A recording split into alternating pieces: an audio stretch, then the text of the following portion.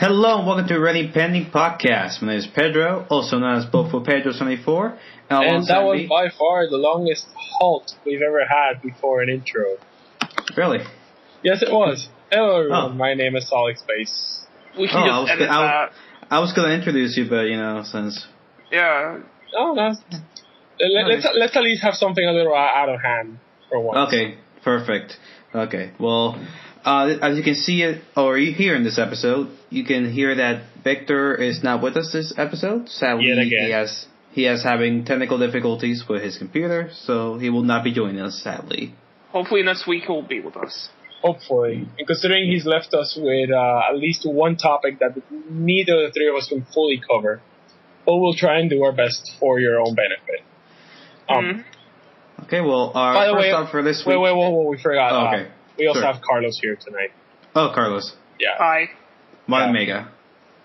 Yeah. So once again, it's just us three. I believe we've been left with two very particular topics. One that's been covered for a couple months now. And we might put in something extra, but we might cover it just really, really slowly. But what do we got so far for tonight, Pedro? Okay, so for our first topic is... Final Fantasy 15 is only 60% done. I have strong opinions for this, so I'll let you guys go first. Okay. Well, in this case, I just find it curious. I mean, the game's been in development for the past 10 years, and now you're telling us that we have to wait slightly extra longer to receive this gift from above. In a way, that's taken you 10 years to just confirm that the game actually still exists. I'm okay with that. I'm more than fine with it, actually. Like, I want them to just be sure that they have the complete game, not later, like, other games that, we need to patch it up, we need to make the game better. You know what I'm talking about. Yeah, no, exactly. And you know something, it kind of all makes sense. Like, think about it. The first time Final Fantasy 15 was ever mentioned was mentioned as Versus 13, which was supposed to be an alternate timeline to the 13 games as they went on. Yeah, correct. Yet the game suddenly just vanished out of the air, and afterwards, Square started working on a lot of things. They worked on Just Cause. They worked on Tomb Raider recently. Hitman. They worked on Hitman. They recently made Life is Strange, or at least the first chapter for it. So they've been working a lot. They've been busy. It's not the fact that they've been busy, but if you think about it, all these games have something in common with what we've seen so far for 15. Okay? Mm-hmm. They've been testing their engine non-stop. If you take Just Cause, you have the open world feel to the game. If you take Tomb Raider, you get the puzzle solving mechanics, you get the cinematic feel. And, well, Hitman, you get the mission type of mode, you get the camera type of angles. If you take into real consideration, and I'm sorry that I'm stuttering today, I'm trying to organize my thoughts as I go. If you take into consideration, right now, 15 is the stepping stone to what could be Square's final game. If it doesn't go well. If it doesn't... Oh, you think so? If anything goes wrong, they're going to be doing more games, but it's a gamble. They're doing a big gamble. Right now, 15 has both raised the expectations of many players out there, same way that it's lowered them. Something I constantly hear is that, we haven't had a proper Final Fantasy game in years. Mm-hmm. And the thing about it is, when people mention that, we haven't had a proper Final Fantasy game, they normally refer to the game style. Now, the first Final Fantasy games were all menu-based battles, as we all probably know. Mm-hmm. And I personally, I always found that boring. Now, it's weird. Yeah. I find it boring for Final Fantasy, yet I don't find it boring whenever I'm playing Pokemon.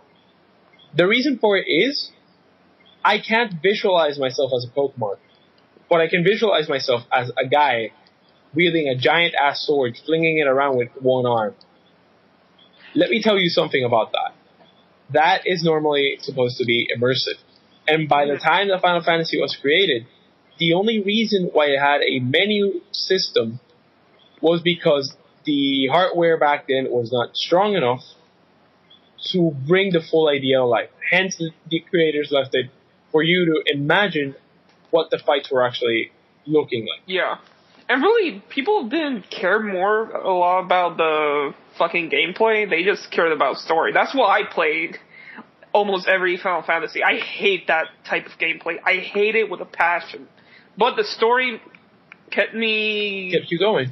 Yeah. But I'm glad that they're finally doing something new for this game, and I hope it goes all well. And I prefer to wait 10 years than 2 years later and they're still not complete with the game.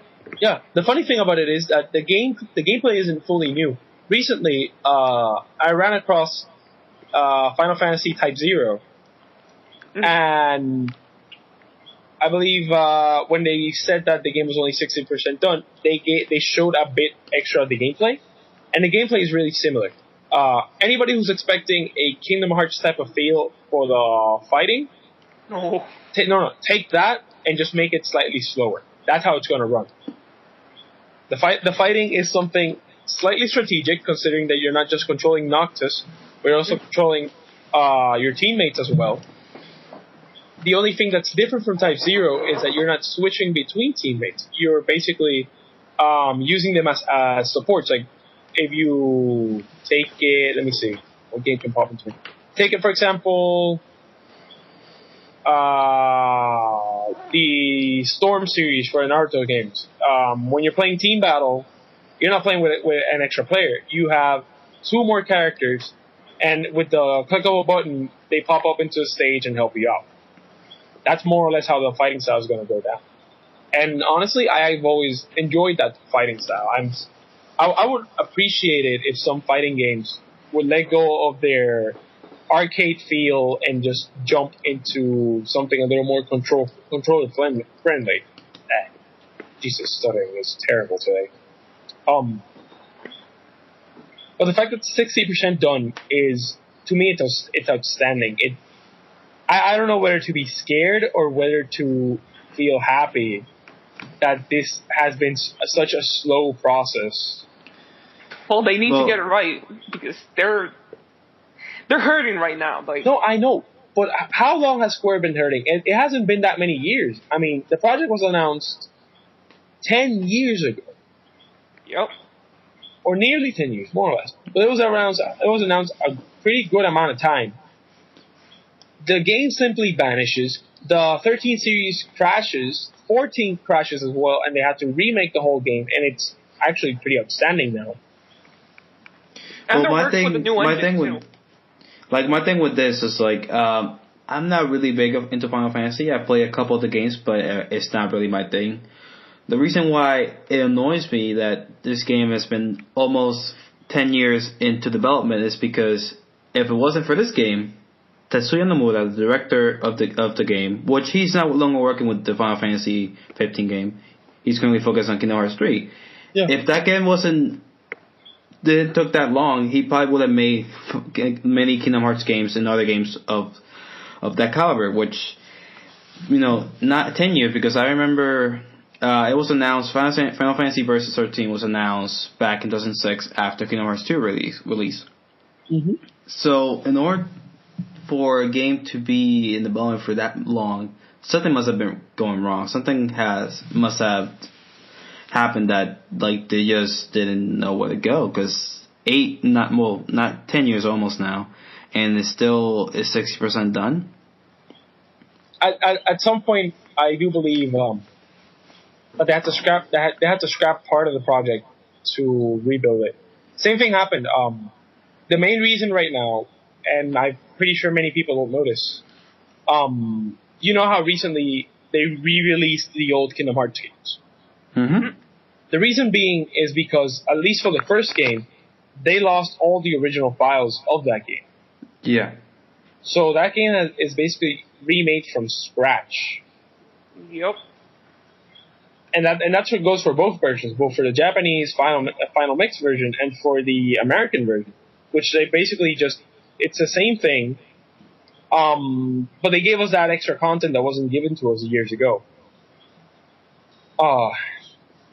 But frankly, all I'm saying is, Square, you will forever still be my favorite company. I will always pay attention to what you do, but really be careful. The game is looking amazing. It's looking great. It still feels like it's lacking something, hence why it probably still isn't 60%, because maybe you guys have already noticed that. Mm-hmm.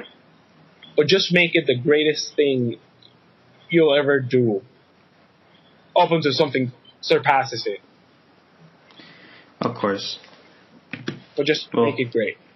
Do we have any more thoughts on this topic? No, I understand that maybe we've already just babbled a little longer about it. Yeah, I'm just gonna say one thing. Yeah? The game is 60%, and I understand why. Like, they're working on a new engine. Like, every Final Fantasy, the older ones, they've been using the same fucking engine. I'm not saying it's a bad one, but it's an old one, and they want something new, so they're making this game with a new engine, and it's new for them. So it's gonna take some fucking time. Exactly. To work out the bugs and all that shit. What? So far, 10 years? That's being a little fast for working on a new engine. And I've seen the game, and it's beautiful. Yeah. I've actually seen the tech demo for it, and the way they work with the engine is pretty insane. Like, they've already got, you could say, layers to work with. Mm-hmm. And it's not even an alpha. That's what scares me. Yeah, exactly. And impresses me too. Yeah. Will you guys say that this like tech demo rocks? Yeah, the tech demo is actually it's actually pretty freaking cool. Okay. Well, speaking of RockBand's making a comeback. Maybe. Yeah. I had a feeling you were going to use that. See what I did there? See it? Woo! Yeah. Okay. Oh God. Okay. Subscribe, guys. Yeah. Okay. Yeah. Subscribe down there, okay? You guys don't ever listen to this show again. Anyways, RockBand is apparently making a comeback due to harmonics. They have plans for the franchise, and it's interesting though, because the music genre kind of went and left really quickly. And the deal with the musical genre right now is, sure, fine, we have Rocksmith out there, but it rarely gets any publicity. So that's one problem. Well, they still keep on doing DLCs for that game. Like, this is like one of the games that have been getting DLCs like for 4 years straight. The issue is right now, like, anytime you think about rhythm games, you either think of something that's on a mobile device or that's on the Kinect. And normally, for people who are, and I quote, hardcore gamers, I really wish you could see the finger gestures right now. Neither of these two are normally an alternative. Yet for some reason, as we all remember, back in the slightly late 2000s, when Guitar Hero and Rock Band decided to pop around, no matter who you were, you would at least have one Guitar Hero game. And the playlists would just be nice and amazing. Well, it was such a crazy phenomenon. Like, one of the best memories I have from high school is, going to a friend's house and, we all just playing Guitar Hero or Rock Band together, singing along. I still go to a friend's house with Ed, and we still go over to his house and play Rock Band up to like 6 in the morning. It's awesome, man. Yeah, because here's the issue. Yes, we have Rocksmith, but even though it's challenging and nice, mostly because you're actually kind of sort of learning how to play, it requires you to learn. And let's face it, in games, many people don't really like learning if they're forcing you to do it. I don't want to learn things like that. Exactly. The thing that Rock Band and Guitar Hero did right back then was that anybody could pick up one of the controllers and play. That was it. That was the good thing about it. You could just pick up a guitar, you could pick up a pair of drumsticks, and just play or try to play, and just have a good time about it. It was kind of like the Wii Sports phenomenon. It just everybody in the family just came together and played it. Yeah, exactly. Yeah. And and the games weren't that bad. Sure, maybe graphic-wise, which apparently is what everybody's focusing on nowadays, it was never great.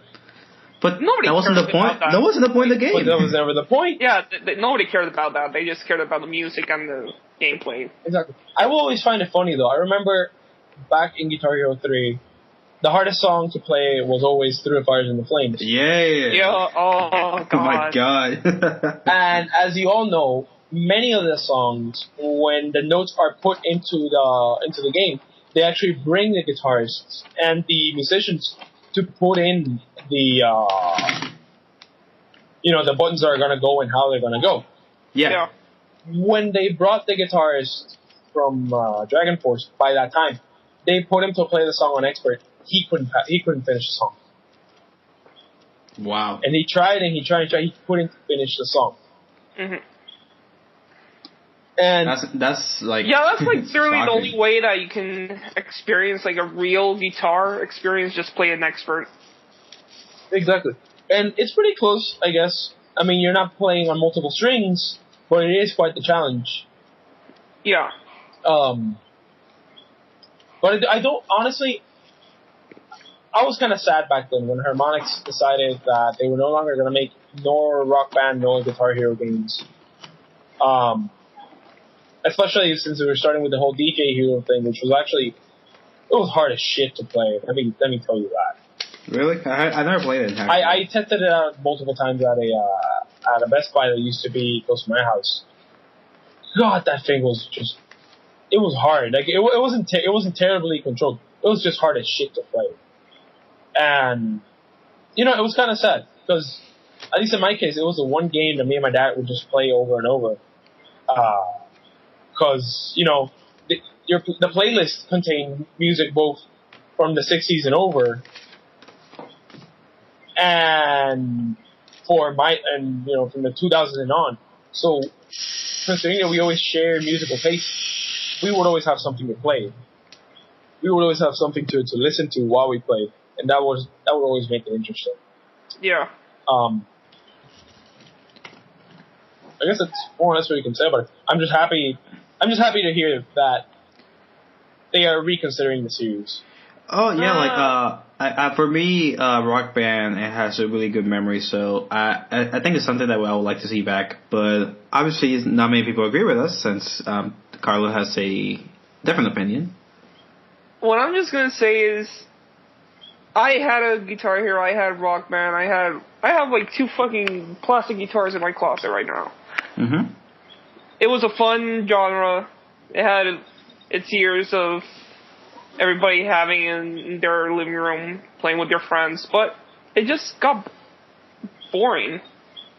For some people it didn't, but a lot of people started, okay, this is fun, but I want to do more stuff. Mm-hmm. Then Rocksmith came, and another companies that made similar Rocksmith type gameplay games, people were more interested in that. And Carlos, now I am sorry to cut you off. I do believe we should apologize. Final Fantasy is 60%, but it's not the same game we were promised 10 years ago. Ooh. The development for the game has been carried over, considering that they had to restart it, like I mentioned. I had no knowledge as to the amount of years that they lost in work. The game's been only in development for 3 years. So those original 6 years are not counted in this 60%.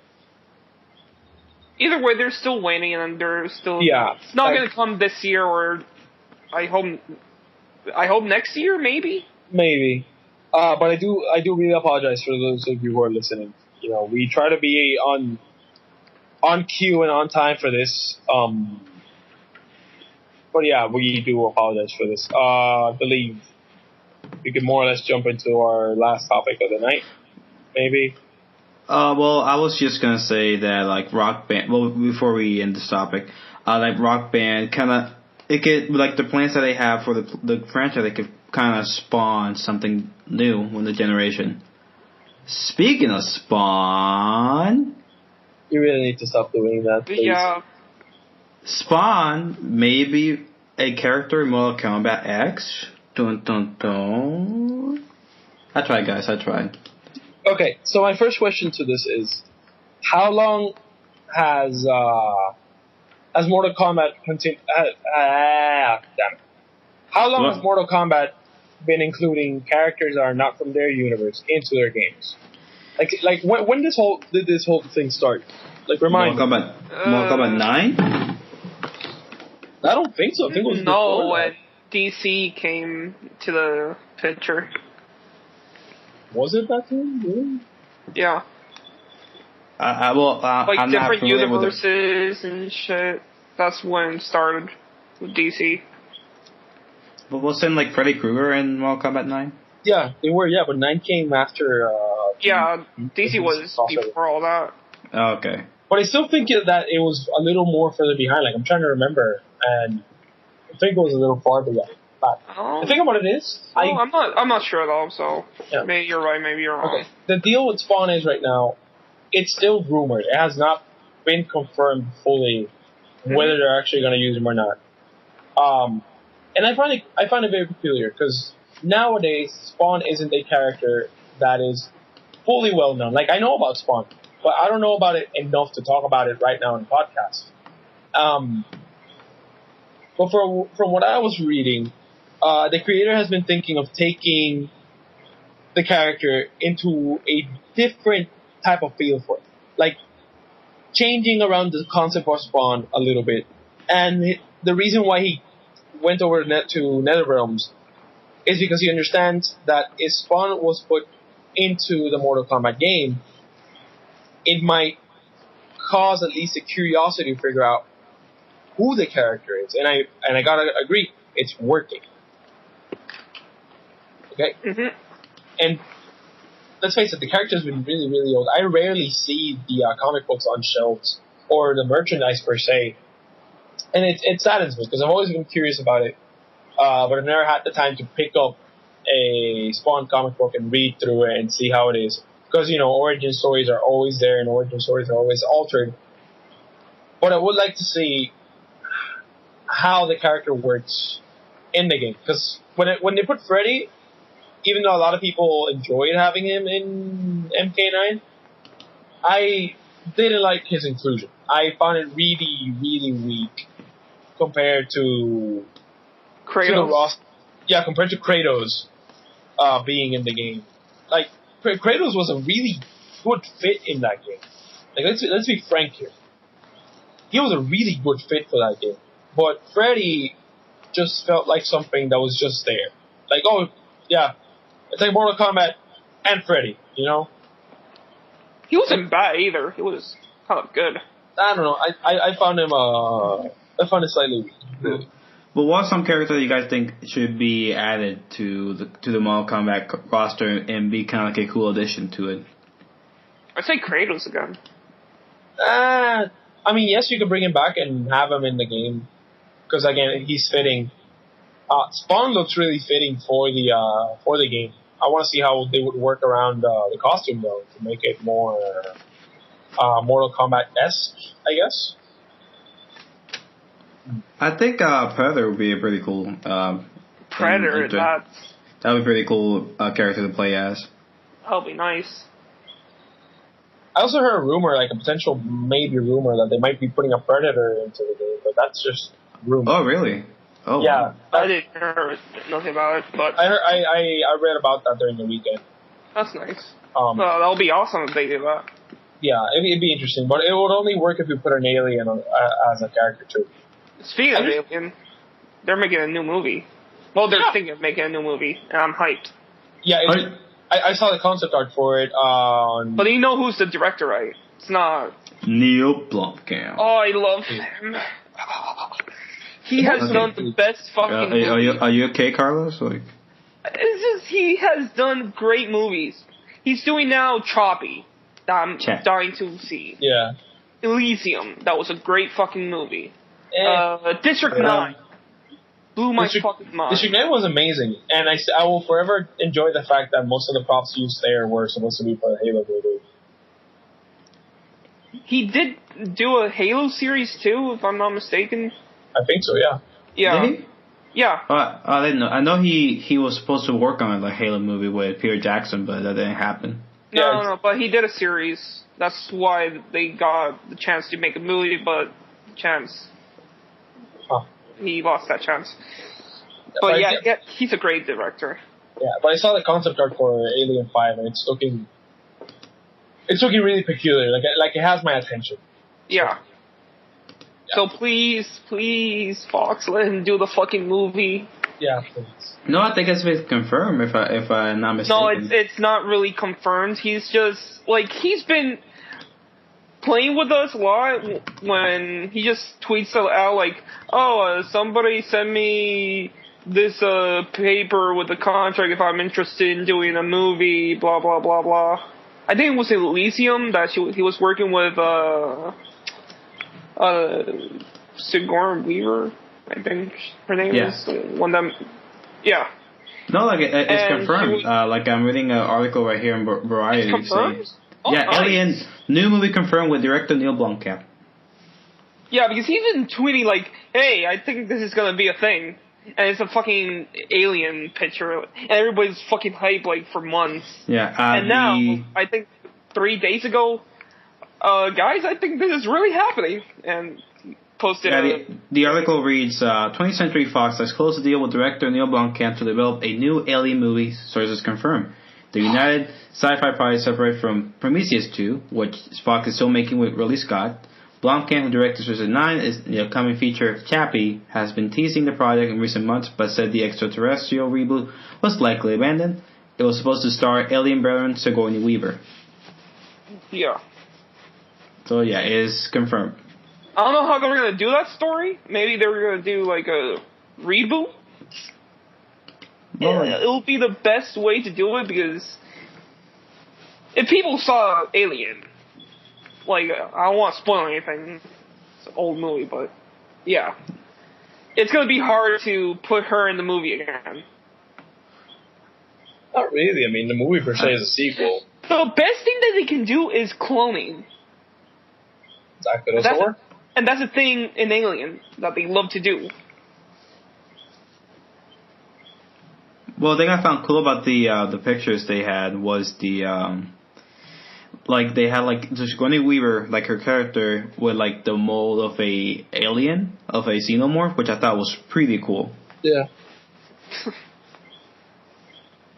I'm very happy that he's doing the movie. Yeah, he's gonna. Carlos gonna jack off his dick while he's excited for the movie. Please don't. Okay, Pedro, how much time do we have running? Let's see. Cannot tell right now, so probably around 28 minutes. 28 minutes. Okay. We got 2 minutes. I think we could cover this quickly. Okay. The Order 1886. Yep. Now let me tell you a story about a game that brought up everybody's expectations, and now everyone's just waiting for a price drop. Apparently. Guys, 1886 is what you shouldn't do on a next-gen game. You mean the Order? We had this problem with Shadows of Mordor. Yep. We're going to have it now with this. And if this continues to be acceptable, we're going to have it for any other AAA title. You had me pumped when you had the idea to make a steampunk game. I don't know how you go wrong with that, but somehow you did. Well, this is from the concept, from concept to actual production, it can be a different stretch, and I think that they just didn't know what to do. I think in a lot of ways they want to mirror what the Naughty Dog studio has been doing with the cinematics, and I feel like they focus too heavily on that and not really on the gameplay aspect. Exactly. The gameplay was just rehash after rehash after rehash of various other titles.